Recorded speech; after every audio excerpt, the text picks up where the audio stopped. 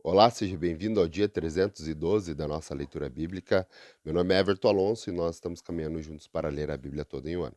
Peço que você possa deixar o teu curtir, o teu comentário, o teu compartilhar e ativar o sininho de notificações. Hoje, na nossa leitura, iremos a 2 Reis, no capítulo 21, iremos a Hebreus, no capítulo 3, iremos ao profeta Oséias, no capítulo 14, e finalizando a leitura de hoje, iremos a Salmo 139. Aqui em 2 Reis, no capítulo 21, nós vamos ler o reinado do rei de Judá, Manassés, e também nós vamos ler o reinado de Amon, rei de Judá. Vamos a essa leitura? 2 Reis, capítulo 21. Manassés tinha 12 anos de idade quando começou a reinar e reinou por 55 anos em Jerusalém. O nome da sua mãe era Eziba, e ele fez o que o Senhor reprova, imitando as práticas detestáveis das nações que o Senhor havia expulsado diante de Israel. Reconstruiu os altares idólatras que seu pai Ezequias havia demolido e também ergueu altares para Baal, e fez poste sagrado de Acera, e fizera Acabe rei de Israel. Inclinou-se diante de todos os exércitos celestes e lhe prestou culto. Construiu altares no templo do Senhor, da qual ele havia dito: Em Jerusalém porém o meu nome. Nos dois pátios do templo do Senhor, ele construiu altares para todos os exércitos celestes. Chegou a queimar o próprio filho em sacrifício, praticou feitiçaria e adivinhação e recorreu a médiuns e a quem consultava os espíritos. Fez o que o Senhor reprova, provocando-lhe a ira. Ele tomou o poste sagrado que havia feito e pôs no templo, da qual o Senhor tinha dito a Davi e ao seu filho Salomão: Neste templo e em Jerusalém, que escolhi dentre todas as tribos de Israel, porei o meu nome para sempre. Não farei os pés dos israelitas andarem errantes novamente, longe da terra que dei aos seus antepassados. Se tão somente tiverem o cuidado de fazer tudo o que lhe ordenei e de obedecer a toda a lei que o meu servo Moisés lhe deu.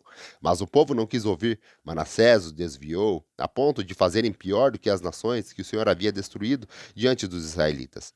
E o Senhor disse por meio de seus servos, os profetas: Manassés, rei de Judá, cometeu atos repugnantes, agiu pior do que os amorreus que os antecederam, e também levou Judá a pecar com os ídolos que fizera.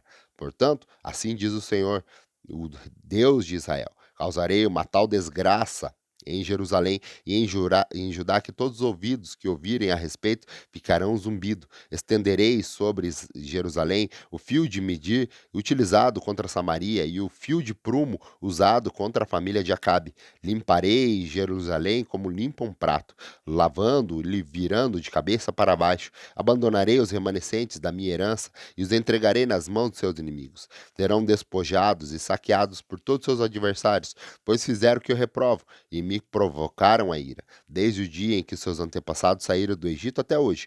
Manassés também derramou tanto sangue inocente que encheu Jerusalém de um extremo a outro. Além disso, levou a Judá a cometer pecado e a fazer o que o Senhor reprova. Os demais acontecimentos do reinado de Manassés e todas as realizações, inclusive o pecado que cometeu, estão escritos no livro dos registros históricos dos reis de Judá. Manassés descansou com seus antepassados e foi sepultado no jardim do seu palácio, no jardim Uzá, e seu filho Amon foi o seu sucessor. Amon tinha 22 anos de idade quando começou a reinar e reinou 2 anos em Jerusalém. O nome de sua mãe era Mesulemete, filha de Razuz. Ela era de Jotebá, e ele fez o que o Senhor reprova, como fizera Manassés seu pai. Imitou seu pai em tudo, prestou culto aos ídolos quais seus pais havia cultuado e inclinou-se diante deles. Abandonou o Senhor, os Deus dos seus antepassados, e não andou no caminho do Senhor. Os oficiais de Amon conspiraram contra ele e o assassinaram em seu palácio. Mas o povo matou todos que conspiraram contra o rei Amon, e seu filho Josias proclamou rei em seu lugar. Os demais acontecimentos no reinado de Amon e suas realizações estão escritos nos livros dos registros históricos dos reis de Judá.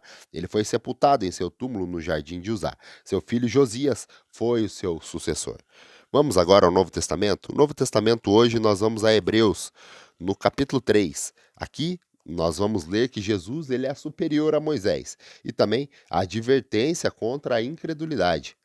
Vamos a essa leitura? Diz assim, Hebreus 3. Portanto, santo irmãos, participantes do chamado celestial, fixem os seus pensamentos em Jesus, apóstolo e sumo sacerdote que confessamos. Ele foi fiel àquele que havia constituído, assim como Moisés foi fiel em toda a casa de Deus. Jesus foi considerado digno de maior glória do que Moisés, da mesma forma que o construtor de uma casa tem maior honra do que a própria casa, pois toda casa é construída por alguém, mas Deus é o edificador de tudo. Moisés foi fiel como servo em toda a casa de Deus, dando testemunho do que havia de ser dito no futuro. Mas Cristo é fiel como filho sobre a casa de Deus, e a essa casa somos nós, e que apegamos firmemente a confiança e a esperança da qual nos gloriamos. Assim como diz o Santo Espírito, hoje, se vocês ouvirem a sua voz, não endureça o coração como rebelião, durante o tempo da provação no deserto, onde os seus antepassados me tentaram, pondo-me à prova, apesar de, durante 40 anos, terem visto o que eu fiz. Por isso, fiquei irado contra aquela geração e disse: o seu coração está sempre se desviando, e eles se reconheceram em seus caminhos. Assim jurei na minha ira: jamais entrarão no meu descanso. Cuidado, irmãos, para que nenhum de vocês tenha um coração perverso e incrédulo e se afaste do Deus vivo. Ao contrário, encorajem-se uns aos outros todos os dias, durante o tempo que se chama hoje, de modo que nenhum de vocês seja endurecidos pelo engano do pecado, pois passamos a ser participantes de Cristo, desde que, de fato, se apeguemos até o fim na confiança que tivemos no princípio. Pois é isso que se diz: se hoje vocês ouvirem a sua voz, não endureça o coração, como na rebelião. Quem foram os que ouviram e se rebelaram? Não foram todos os que Moisés tirou do Egito? Contra quem Deus esteve irado durante 40 anos? Não foi contra aqueles que pecaram, cujos campos caíram no deserto? E a quem jurou que nunca haveriam de entrar no descanso? Não foi aqueles que foram desobedientes?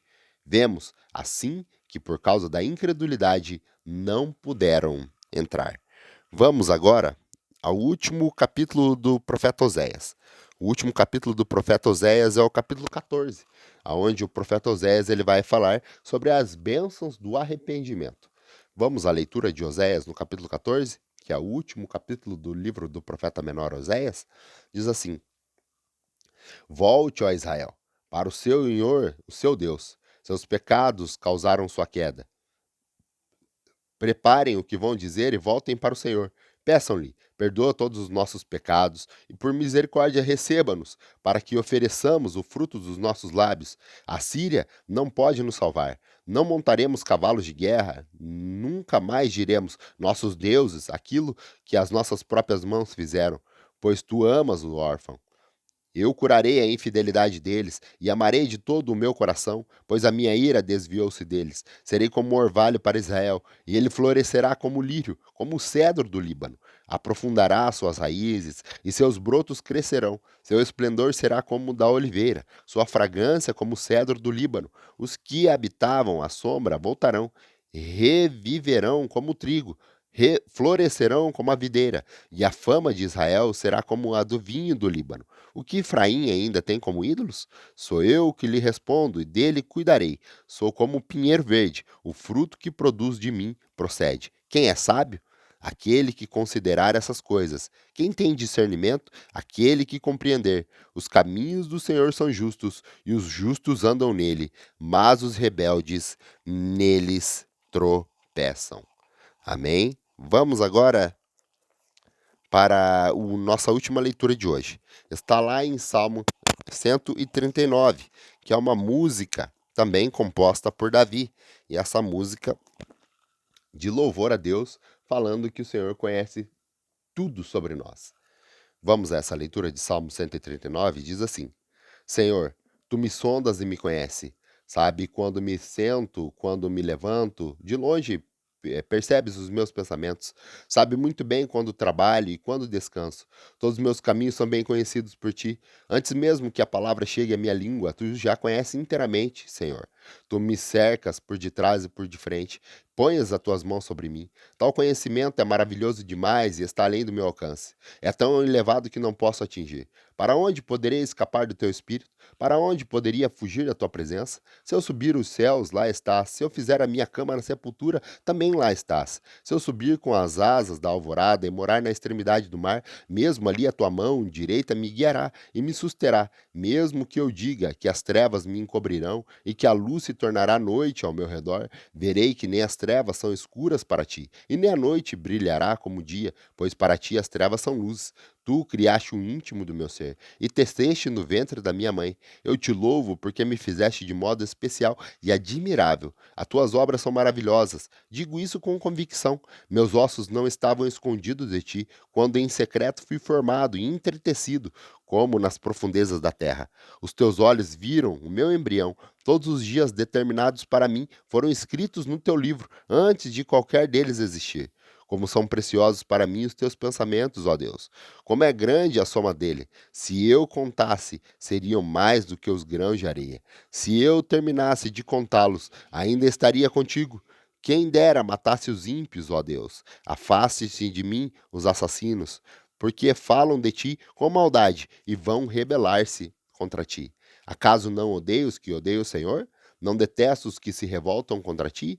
Tenho por eles ódio implacável, considero-os inimigos meus. Sonda-me, ó Deus, e conhece o meu coração. Prova e conhece as minhas inquietações.